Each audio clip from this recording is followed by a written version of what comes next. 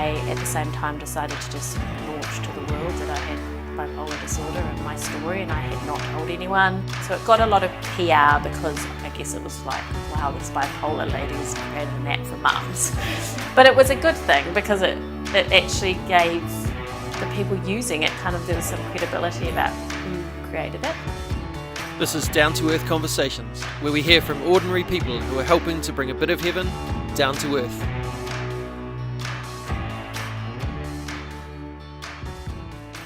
Kia ora! Welcome to another episode of Down to Earth Conversations with me, your host, Andy Dixon. Today we have the privilege of hearing from Hannah Hardy-Jones, who has taken the challenges of life and turned them into something that is changing people's lives all over the world. Hannah worked in HR until the birth of her first child triggered a manic episode and life changed forever. We talk a little of that journey, however you can hear more details of that on episode 1 of Voices of Hope's podcast, A Moment With. The focus of our kōrero is what happened from there. How did her newly acquired bipolar disorder lead to the development of her business, the Kite Programme? Why kites? And how does an app help anyone? We talk mental health, being a mum, gathering a team to turn a dream into a reality, veterinary challenges, the UK government, brand new Jaguars, and much, much more. This is episode 55 of Down to Earth Conversations. Here's Hannah Hardy-Jones.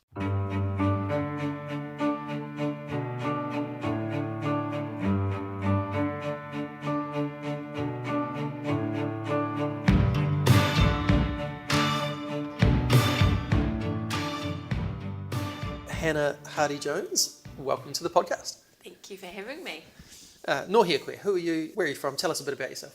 So I am Hannah. I am a mum of 2. I've got 2 kids.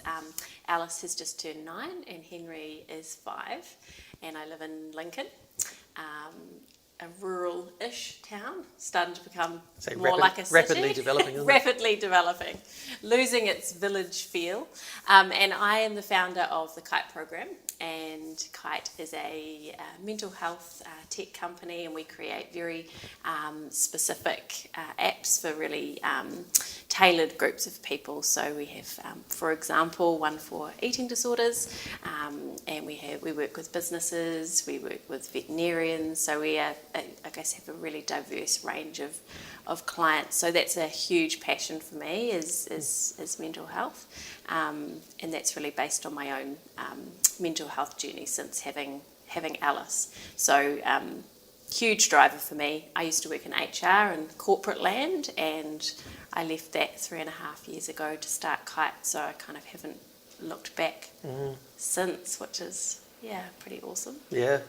Now we met at an event that we were both on the panel for that was organised by actually previous podcast guest Jen Mora, and you're actually you are the first interview on Voices of Hope's podcast, and so that's got a huge exploration into your mental health journey. So we won't cover all of that again today. Other than, do you want to just give us a bit of an overview of what is your lived experience of the mental health stuff as a bit of a background for where we're going today? Yeah, well, I guess my first experience was studying psychology at university. I'd never had any mental health issues at all. So when you're studying a topic like that, it's very different to obviously experiencing it. Yeah. And when I had my Alice, so she's 9, so even during that pregnancy, no issues, and was pretty naive probably thinking about mental health and the possibility of maybe having postnatal depression, for example. It was just like, this isn't happening to me. I'm a happy person, and I had this perception really that if you were strong and positive, that it wouldn't affect you, which is awful thinking about that now. And I was really unwell after I had Alice, and was diagnosed with postpartum bipolar disorder, which I had no idea existed. So in my mind, people with bipolar disorder were kind of, in the crazy corner, in and out of psych wards. Like, it was just, that was so far from my world. So to go through that and have that diagnosis was just so shocking, and took quite a few years to recover and kind of go back to my career in HR, and then it really just hit me around what I should be doing, and how I could use my experience for good. So really traumatic time, but now kind of come out to a point of being able to manage my illness and run a business and make a difference, hopefully. So essentially you went from not having bipolar to having bipolar, one day fine, next day all over the place. Yeah, literally. That was how it was. It was a really traumatic birth, so that's a huge trigger. That when it does happen to people, it's often when it's been quite an extreme sort of time. But yeah, just that, the hormonal change and the trauma together, going into the birth, absolutely fine, and coming out of it, my brain a completely different sort of beast, I guess. And how long was it until you would look back now and say you were some semblance of feeling healthy again?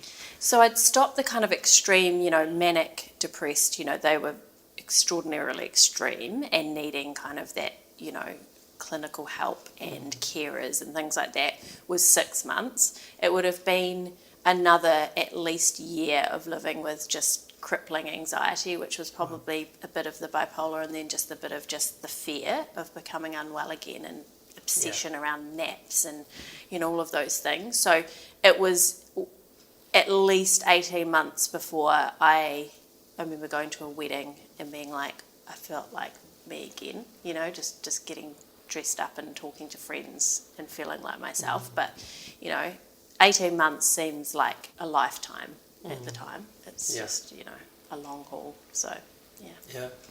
When you look back on it, are there things that you wish you'd known beforehand, or is there anything that you wish had gone differently in terms of the way that you or others processed that? Yeah, I wish that in our antenatal classes that there had been a focus on mental health. There was maybe 10 minutes on postnatal depression and what to look out for if your partner is a bit sad. That was how it was portrayed. I think it's slightly better now, right. But we were like, oh yes, we know how to put a nappy on, and we know how to burp the baby. That's irrelevant. You can Google that. We needed actually these are some things to think about. So that was a huge thing. I think that for me, focusing on Nick, my husband, about how it affected him, everything was about me, and all the support and what does Hannah need and how can Hannah get better. And meanwhile, he's holding it together and going to work, and his whole world has changed. He's living with a stranger. When I was in my manic state, for example, he said it was like living with an absolute stranger and lying in a bed with a stranger, and scary. And if I could go back, it would be definitely trying to advocate for him more. I couldn't because I was unwell, totally. But that's when people approach me, and even recently since the podcast with Jen, family members reaching out to say, what can we do? And my advice is also look after yourself. Don't let that slide, because it's almost worse. But when you're supporting someone through a mental health crisis, it's like someone having a heart attack. You can't be like, well, I need to think about myself right now. It's like that's what it's like with the mental health crisis. You're just so focused. And, Nick was just so focused on, I've got a newborn baby, and yes, there were carers in the house, but it was him. But I've also got to go and support our family. If I don't go to work, we don't have any money, and we might need a private psychiatrist. So all these things are on his mind. I think that would be a huge reflection. I think interesting. Firstly, you talking about the antenatal classes. I look back at ours and go, did we even talk about mental health at all? Maybe a little bit, but I had depression after all 3 of our kids, and we definitely didn't talk about that for the guy. And there's so much around having a newborn kid that can make your mental health deteriorate. And yet, why don't we talk about it? It's just phenomenal. But you're right. We need to prioritise looking after everybody in situations like this. Absolutely. And it's just forgotten. In our situation, obviously, Alice came first, absolutely. She was a newborn baby. And then me. But I just felt like everyone else was just on the outskirts, you know. No one was ringing Nick going, are you okay? Like someone needed to be, you know, you always, in those situations, you need a person, you know, like maybe there's a support worker that is your person, or it's almost like victim support. Like, you're going through this traumatic, this is worse than if you were in a serious car crash, probably, you know, like it's, so yeah, I think there's huge work to be done, So if you want to hear more about Hannah's experience there, definitely head to the Voices of Hope podcast called A Moment With, and it's the first episode on that. Yeah, I mean, when I listened to that, honestly, it just blew my mind. I'd never heard of it, and I guess to hear that it was one day okay, one day not, you know, that can be quite scary, but at the same time, it's great to see you now, you know, so healthy, so vibrant, you know, still with having to manage things, but being really aware of that, and so going, man, that's horrible and exciting at the same time, you know, that that's not your permanent state, I guess.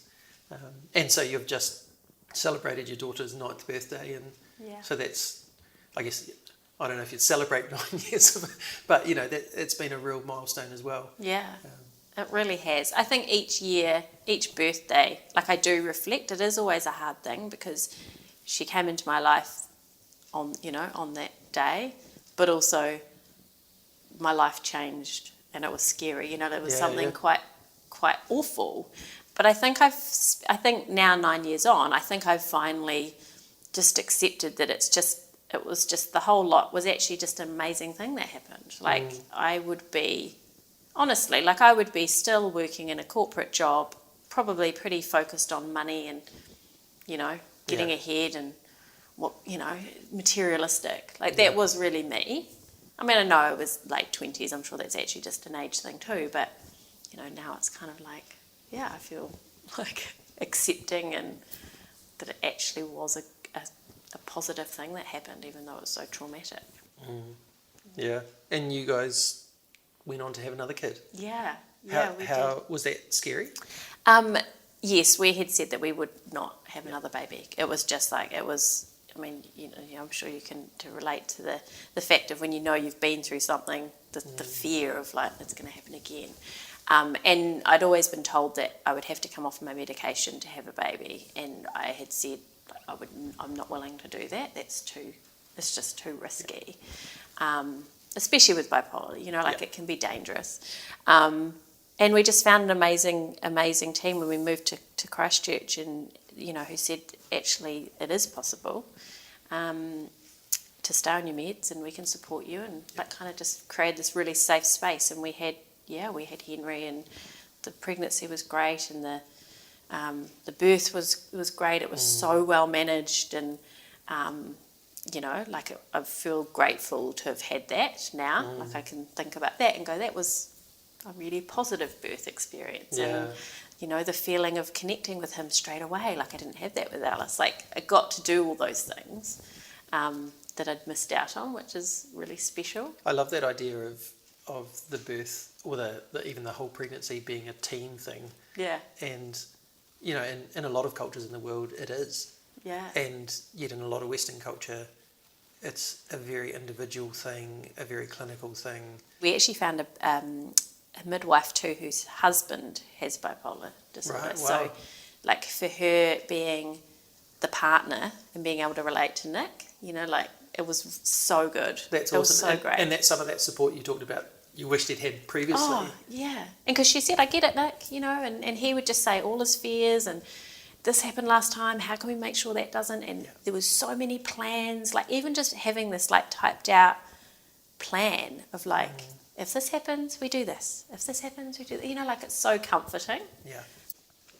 So those who have listened for a while have likely heard me banging on about finding the good in every situation, even in those bad spaces. And one thing you've heard me say before is, you know, shit makes good fertilizer. And I think your life is a prime example of that, where you've had this thing happen to you. You've had this thing that's become part of your life. Yeah. And you've gone, well, okay, so that's now part of my life. What now? and what can grow from that. What are the new things that can grow from that? And in your case, you've certainly had things growing from that. So can you tell us a bit about this Kite Programme and how and why you got it started?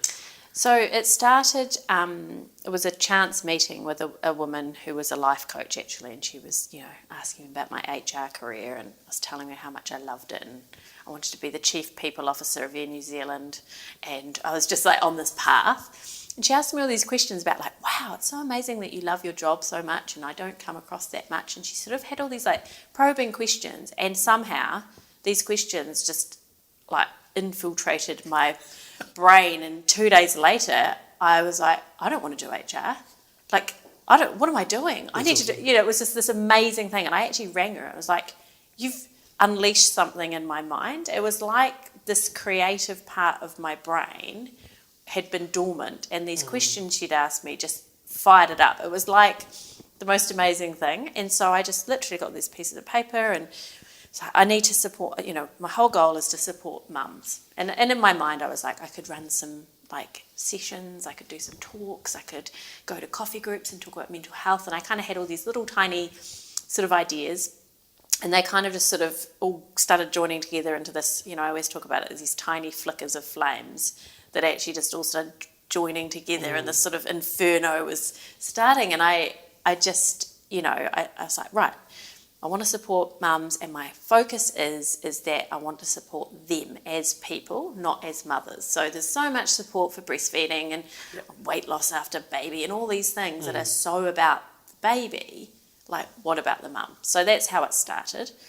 And the idea I had was, it's so overwhelming to be a mum, and there's so much information. But what if someone could write you a beautiful note every day, and it was something validating, but also something practical, like, do this today, it might help. If they could write that note, put it in your letterbox, and all you had to do every morning was just shuffle along, whatever you're wearing, whatever you're doing, open your letterbox, and this thing was there, and it was like, someone gets it, this could be helpful, I'm going to try that, I feel in control. That was the idea, and obviously I couldn't write a note in, millions of mums' letterboxes. So I decided to create an app that did it, and I was really specific on what that looked like. Like, it needed to feel like a book. I didn't want it to look like an app. It couldn't harass them, all the things. So that's what I created. So I surveyed almost 500 mums on, what are the things that are going on for you? And it was the most common were feeling disconnected from their partner, mum guilt about going back to work, comparing yourself to perfect mums on Instagram, like all those things. And I was like, cool, let's do it. So that's how it started. Obviously, there was a huge amount that happened the following year in terms of actually creating Kite as an app. And that's essentially what our apps do, that you select a kite, which is a module. So you might go, comparing yourself to other mums, I'm going to do that, and it might be 8 days. And for the next 8 days, there'll be something really little that you can do that kind of helps towards that. So it might be something to watch or listen to or write or talk to someone about. But the whole goal of it is these tiny steps. You just feel like there's just this little bit of extra support, and you're also doing it for you and growing. And so that is Kite. So we started off with the Mum app, which was awesome. I, at the same time, decided to just launch to the world that I had bipolar disorder and my story, and I had not told anyone, close friends, but it was just at the same time. So it got a lot of PR because I guess it was like, wow, this bipolar lady's created an app for mums. But it was a good thing because it actually gave the people using it there was some credibility about who created it. It wasn't just another case of a perfect Instagram mum creating something to help everybody who's not as good as them. Exactly, totally that. So, I kind of got that connection. And then very quickly it just became apparent that this template that we created for Kite could just be replicated over and over again. And if you put different design and different content, different kites, different language, whatever it is, it becomes an app for veterinarians. It becomes an app for people with eating disorders. Like, it's the same function of this idea of this beautiful note, but it's just for a different audience. And that's the awesome part, I think. Is there a story behind why you chose Kite? Yeah, so my dad he used to be a fighter pilot, so pretty much Top Gun, but he also is a bird watcher, which balances out. It's like cool job, maybe a bit geeky hobby, and he's amazing bird watcher. Actually, I'm going to interview a bird watcher very soon. Oh wow, There you go. Yeah, he's one of New Zealand's top bird watchers. Nice. And because he'd been so supportive of Kite, of the idea, I said I'd love to name it after a bird, like after him almost.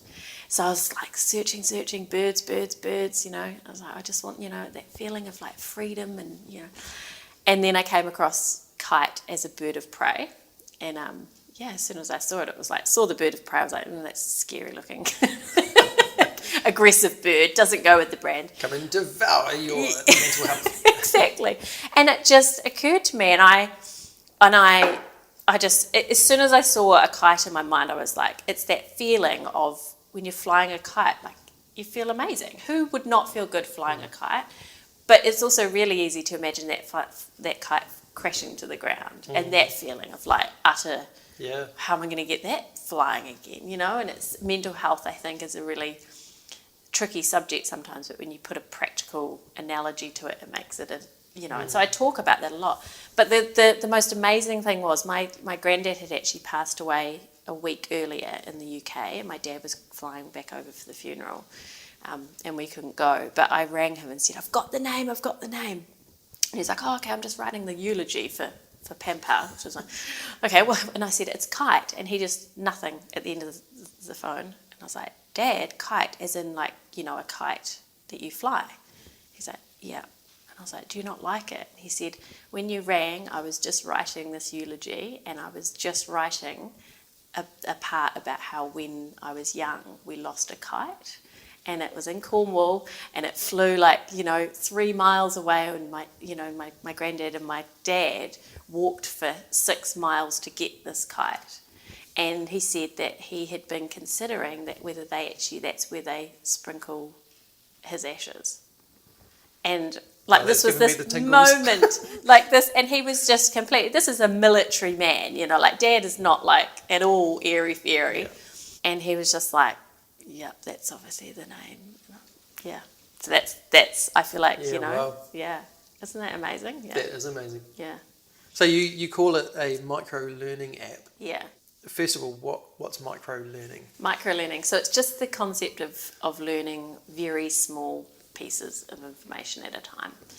So more and more, there's actually even smaller bits is nano-learning, and then there's it goes even smaller. But micro-learning's used a lot now for things like health and safety training, and you just do a little bit every day instead of this idea of just you've got to sit down in a seminar for 2 hours. How much do you take away from that? Yeah. I mean, they reckon that after 24 hours, you've retained only 30% of what has come in front of you. But after a week, it's down to 5%, 2%.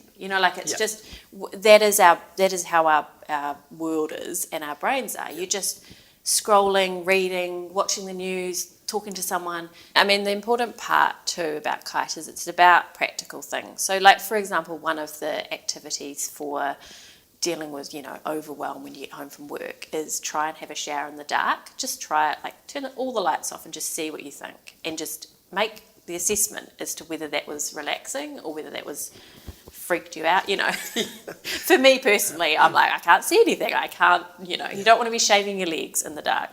But, it's that thing of, with Kite, you get your day, and whatever it is that you're doing, some of it is just straight maybe listening to a snippet of a podcast, but it's collecting over the days what works and assessing what doesn't, and that's just all it is, and it takes 5 minutes.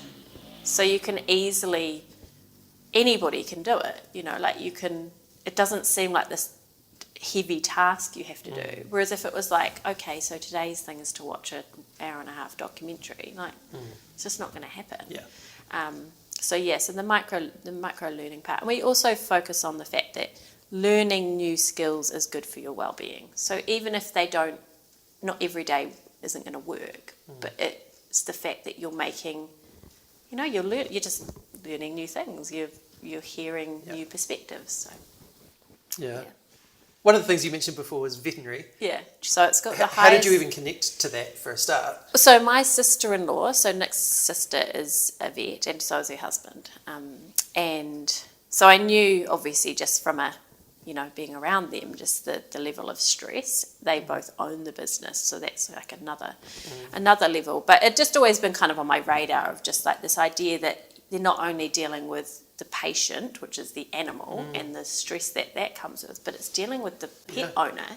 So you've got this double whammy of dealing with this animal and dealing with this person, and just the level of lack of sleep, being on call. So you've got all the same sort of things as a doctor does, but then learning that vets have got pretty much the highest suicide rate out of any job in the world, So I always thought it was dentists, but vets are actually the highest, which is, and some of that also comes down to the fact of it being quite isolating. So you might be, you're not sometimes always working in a team. You might be working in a rural setting. You supporting farmers, like you're out there treating animals or animals not surviving, and it's the farmer's livelihood, and you're taking that on. So huge amount with that.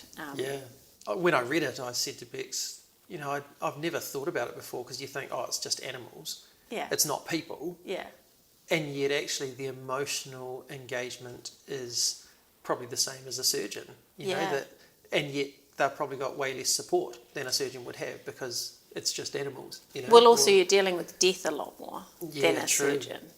So I don't know what the percentage is, but particularly animals who are having to go through surgery, the likelihood, and it's drawn out. I mean, I know even with my sister-in-law, an animal will be in surgery and they'll stay in the clinic for say 4 days, and she's going to check on them 3 times a day, and she's then ringing the owner to give them the update, and they're sobbing, and then they end up dying, and then it's just this never-ending sort of cycle. I think small animal vets obviously deal with that more than a large animal vet, because you're dealing with different clients too. But it just became really apparent, just the need, and just started investigating really and talking to different people, and ended up, the contract that we got was with the Royal College of Veterinary Surgeons in the UK, so they're the industry body, and they have their own Kite app, and anyone in the industry that wants it's free for them, so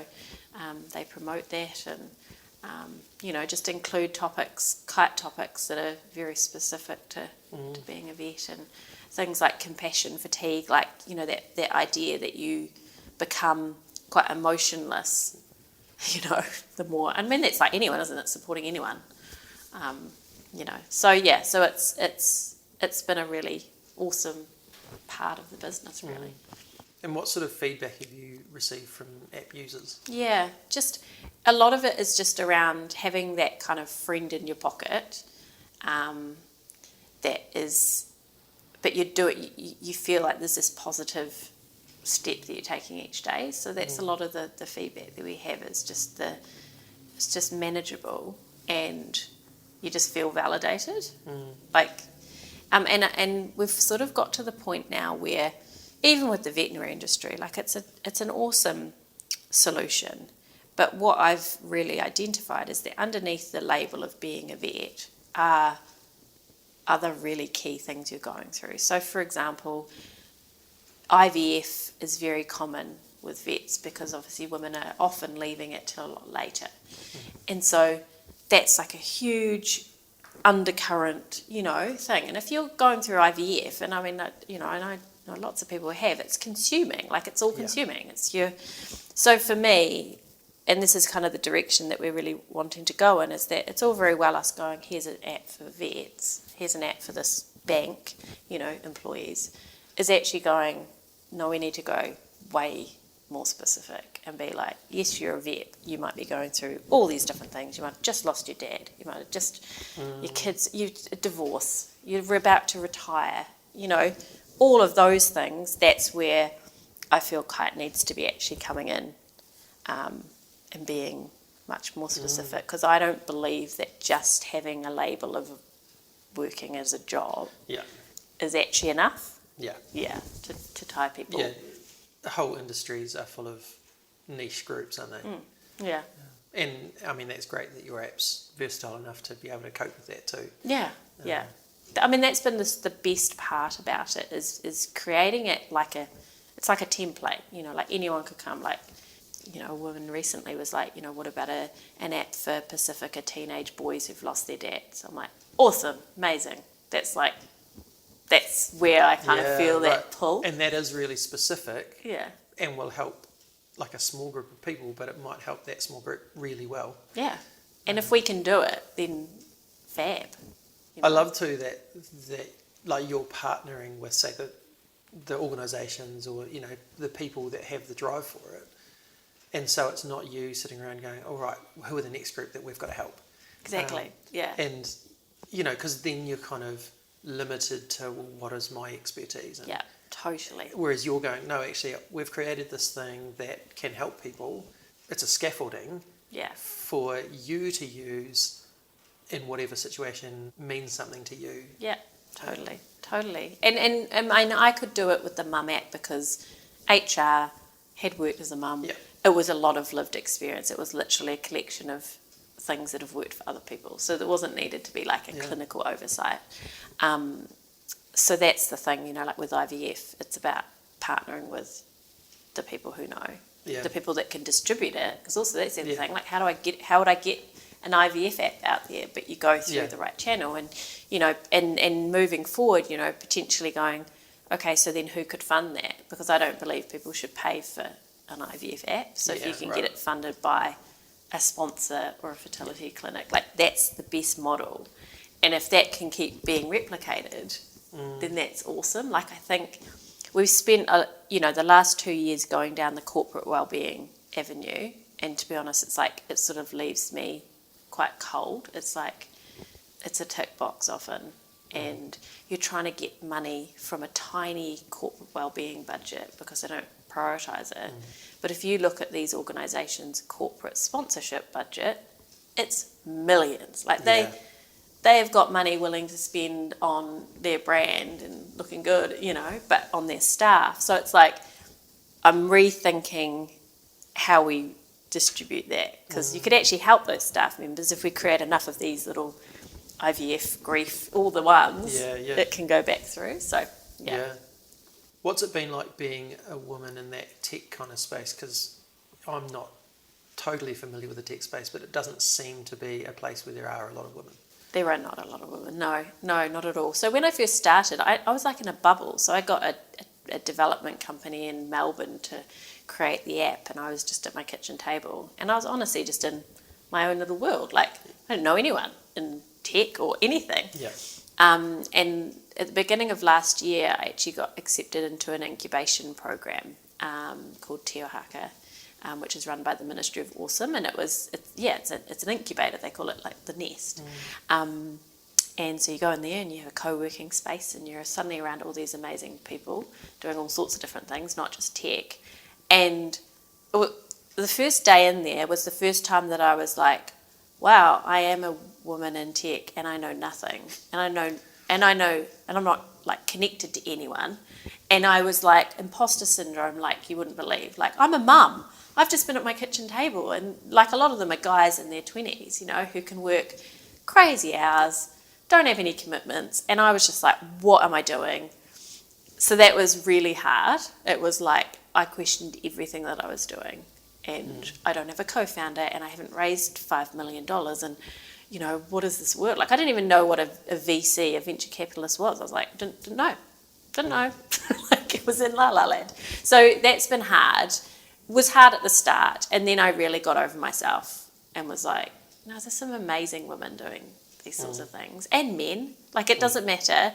And everyone's so supportive and building you up. And the more I network, the more I built, and joining groups and meeting other women in tech. It's been the best thing. But there was seriously a period of time where I was like, there is no place for a 38-year-old mum in this world. Like, that's how I felt, And I guess society paints a picture of you've had your kids, now it's time to focus on them and not do anything else. And it's like, you know, I know at home that if Bex had just focused on the kids, she would have gone nuts. You know, exactly. There was so much.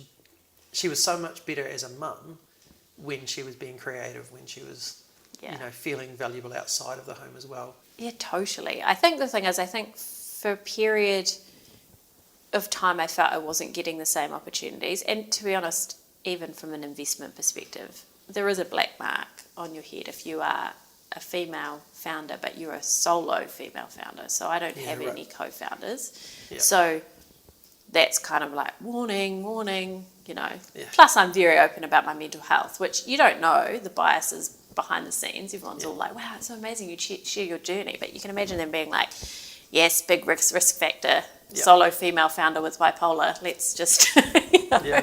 So, but it's totally rewarding, and I'm absolutely, you know, I've got friends who are stay-at-home mums, and I'm like, and they are happy, and it's awesome. Totally. For some people, that's actually great. I can't do it. I would be a shit show. Seriously, it would be horrible because I'm not great in the home, you know, like, unless I've kind of got, so I don't bake or cook, and I hate cleaning, and you know, like, there's all those things. I think, part of that story I find really encouraging is that you went into this thing not really knowing what you were doing, but actually it's become quite successful. Yeah. And, you know, just for people who are sitting at home listening, who have this idea, you know, that's really encouraging to go, actually, you had an idea, and then you went, who can help me do this? Yeah. You know, it wasn't, well, I've got this idea, but I don't have the skills. Yeah. You know, you went, how can I make it happen? How can I make it happen? And so that's what you've done. And so is it still just you, or you've got? So I have a team of 3 permanent employees, and then I have a team of, it's about 10 other people around the world who are kind of distributors, partners type thing. So they're people that I've just collected. I have one in Boston, one in London, one in Honduras, which is just the most random thing. So she, you know, looks at Latin America and meets people, and, you know, so there's some really, that part is awesome. So, and they're all women, like, you know, it's a pretty like, it feels like a really powerful group of people. And then I have obviously mentors and other people that kind of, you know, are contractors. I very purposely keep my permanent team tiny because just, you know, still being a startup, you don't want to become like, oh great, we're comfortable, we can hire a few more people, and then you've got that pressure of like, so, you know, hoping that we will just continue to grow organically without needing lots of in-house people. Like, I'd just rather just have a collection of awesome people that are just somehow in and out involved. So. Yeah, and I guess that sits well with the model too of actually there are different apps for different things, and so there's different needs at different times. Totally. And if we need people, we can get them in. But you tend to find, like, people that come to me with ideas, like, you know, like one that we're looking at currently is women who have ADHD. And, you know, the people come to you, it's almost like they pitch an idea. It's like pitching an idea for a book to a publisher. Like, I've got this idea, this is what I think it's going to look like. You're like, cool, okay, we'll back you. We can create the app for pretty much nothing, but we've then got to think about how we roll it out and what we do. And it's just exciting, I think, that part, because I think that if you have too many people in-house, it could get stagnant for them. So, it's quite a cool way to keep the flame going, is having people who are just passionate, who come in and out. That's exciting, though, that you've gone from this idea to actually someone with staff. Yeah. You know, that must give you some satisfaction looking back at that journey. Oh, hugely. I met, so my main, like my right-hand woman, Sarah, I met her on Alice's first day of school, and just immediately was like, you're one of my people. Like, she's just, you know, and she's super loyal, so funny. And I remember telling her all about Kite, and she was one of the first people that I just could see in her eyes. Like, she was just like believed, you know, it was like, and I said to her, one day I'm going to give you a job, you know, and she was working in like for a physio or something. One day I'm going to give you a job. And she was like, aha. And then she was the first person I hired, and she only worked 10 hours a week. But she's like now my person, like she's just the best. I could ring her at 3 a.m.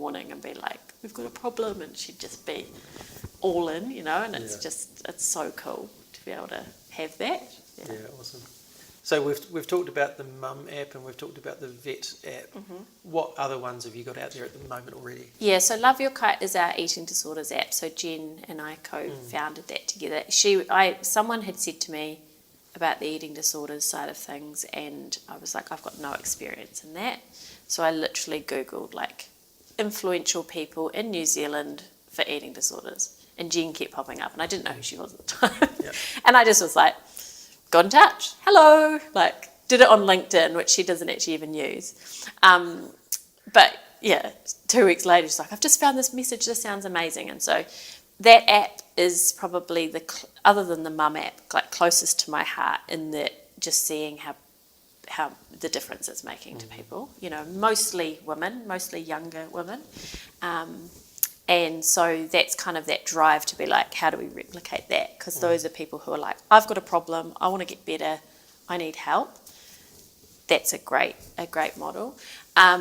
We also have, we created an app for a UK government scheme. So they had a scheme called Kickstart, and it was to get 16 to 24-year-olds who were unemployed back into employment, and they gave companies huge funding to have these Kickstarters, and they needed to have a digital product to go alongside it, to kind of for well-being and mental health. So we created a product for that. So that's actually now finished. That scheme's finished, but that's been an amazing way of using it. It was even the design, having it for a younger audience.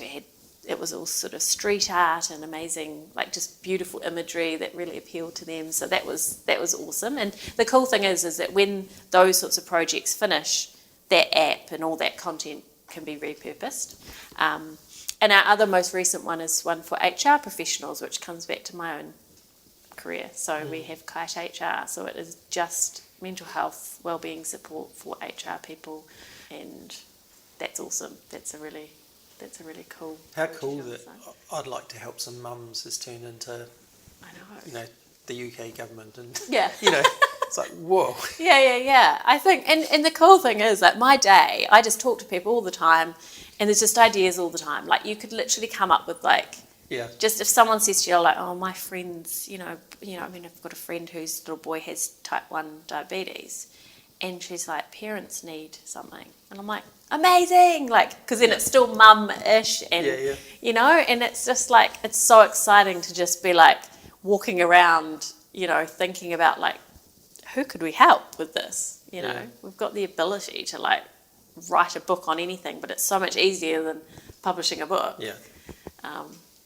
Whip up a Kite app. I love too that your focus is clearly not primarily the money. No. But also, you're not doing this just out of the goodness of your heart, that there is money involved, and that, financially it's obviously being successful. Yeah. While it's still being really beneficial. And I love what you said earlier about, let's get organisations to pay for it so that people don't have to. Yeah. So you're doing that really wisely, but I think, that's been a recurring theme of late on the podcast is you don't have to, sell yourself out to be able to help people. Yeah, you don't have to be a charity. You can do those two things together. Yeah.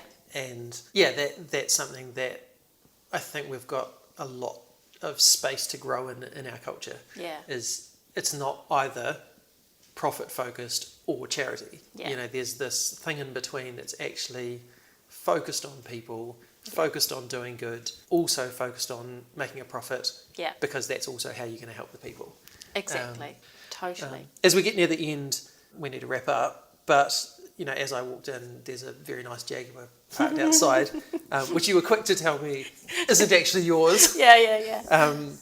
You've got it for a few months because Jaguar chose you as their first ever She Sets the Pace community grant recipient. Yep. Which means that as well as getting to drive their ridiculously nice car, they're providing money to help you fund a resource to support women who are on breast cancer recovery journey. Yeah. First of all, it must be really encouraging to have people believe in you like that.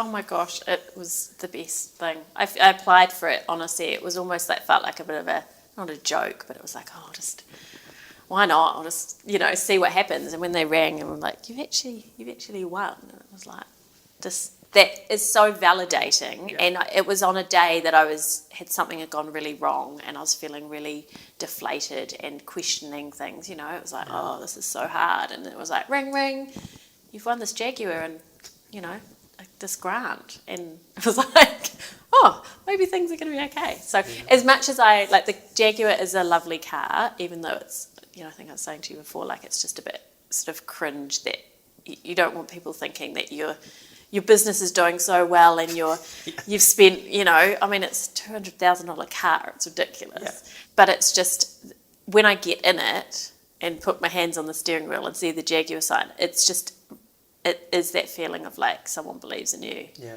Keep going. It's like I feel that part is so awesome about the car. Yeah. Yeah, and why that specific focus for the grant? Well, that was, I guess, a strategic thing in that I was thinking, okay, Jaguar, what do they care about? Because let's be honest, it's like they want it to reflect on them well as well, and they do a lot, especially overseas, for breast cancer, and probably because from a target market perspective too, older women. And so that was what I sort of highlighted in terms of just that would be a really good use. And I know a lot of women who've gone through that journey, and just think, okay, this could be a really, really good thing to do.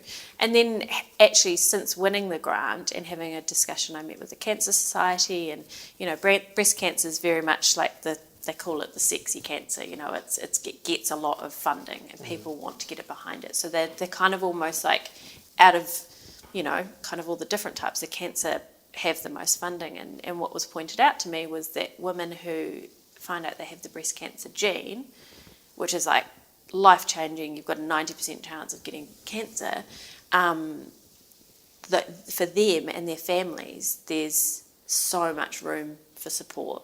They're kind of in this sort of like no man's land a little bit. And so that's what we're going to be doing, is creating something for them. So it's not so much about the recovery from people who've had it. Yeah. It's more about people that are susceptible to get it. Yep, and the decisions they have to make, because there's some huge life decisions in terms of their body, their kids, because they've got daughters, or even boys, and just that kind of anxiety of, knowing you've got this ticking time bomb. That's what it's like, really. Yeah. So I feel really excited to be able to do that. Yeah. Awesome. I loved reading you say your goal is to make a huge impact on a global scale to improve mental health and well-being, which for a lot of people that's like, wow, that's ambitious. But, given what you're already doing, or wouldn't surprise me at all if that becomes reality. You're already doing that in certain spaces. So where to from here for Hannah Hardy-Jones? So I guess getting the IVF app would be just the most amazing thing, and that would be a global thing, because I think that's the way I think of it, is that it's not just people here that are struggling with all sorts of different things. It's like being able to replicate that and go worldwide, and having a focus for, there's projects for NICU, for parents who've got babies in the neonatal ward. That's another thing that's really kind of close to my heart, just from friends and things, and it keeps popping up all the time. It's like that thing, they say about red cars, like if you're looking for a red car, something, they're everywhere. It's like the NICU stories and people and things keep popping up all the time, and it's like a sign, that, like, okay, this is a good... So, where to for us is literally, I have a list in my head of 500 different causes, and I'm like just going to work my way through them. Yeah, nice. Yeah. Awesome. And if people have a desire to connect with you, if this has sparked something for them, how do they go about that? So the best place is probably my Instagram, which is at the Kite Programme, or hannah@thekiteprogramme.com. I'm more than happy for people to email. Like, I sort of am such a open book. People sometimes say, like, don't give out your details to people. I'm like, yes, give them out. I'm happy, you know, like it's, you know, especially for people that are, you know, have got maybe something that's, you know, an area that they would love to support people with, and a Kite app could be a really good, you know, way to do it. Like, that's amazing. Well, totally even hearing how much of what's happened already has been through conversations that have just kind of come up at different times. And, you know, you just never know who's going to contact and totally. And like have an idea that's really going to work. And to be honest, there's not really many ideas that I would be like, nah. Most of the time when people say things, I'm like, amazing, let's do it, you know. A lot of the time it's for broader things, like they'll be like, you know, what about farmers? And I'm like, oh gosh, honestly, yes, farmers. But some of them are so meaty that you're like, whereas if it's actually something quite specific, it's almost like, cool, let's do that. Yeah. Awesome. Oh, thank you so much for taking time to chat to us today, and thank you. Thank you for, I guess, your honesty about your own journey. I think that's refreshing, and a lot of listeners will find that really helpful, just on its own, regardless of everything else that you're doing. Thank you for taking the time to let those hard times grow into something valuable. So thank you for what you're doing to bring a bit of heaven down to earth. Thank you. It's been awesome talking to you.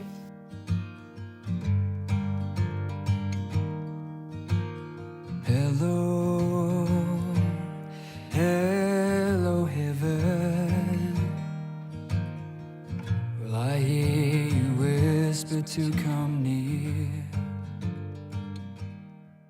I so appreciated Hannah sharing her journey with us, and it's great to see that new growth can come from the hard times.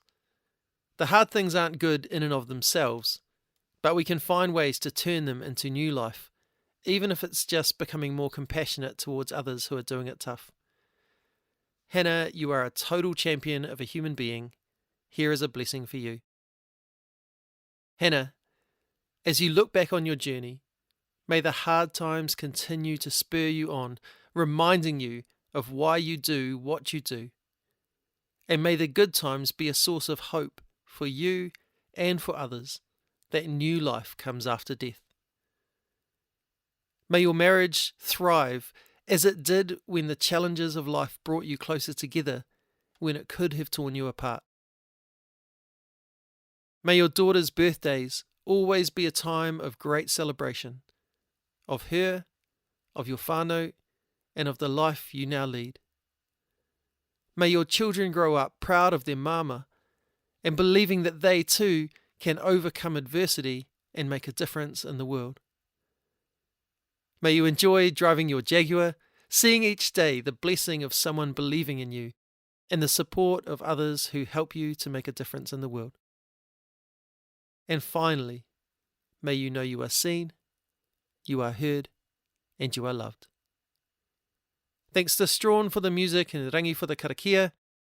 Join me next time when I talk to Donald Scott about bird watching, silent retreats, and the beauty of being.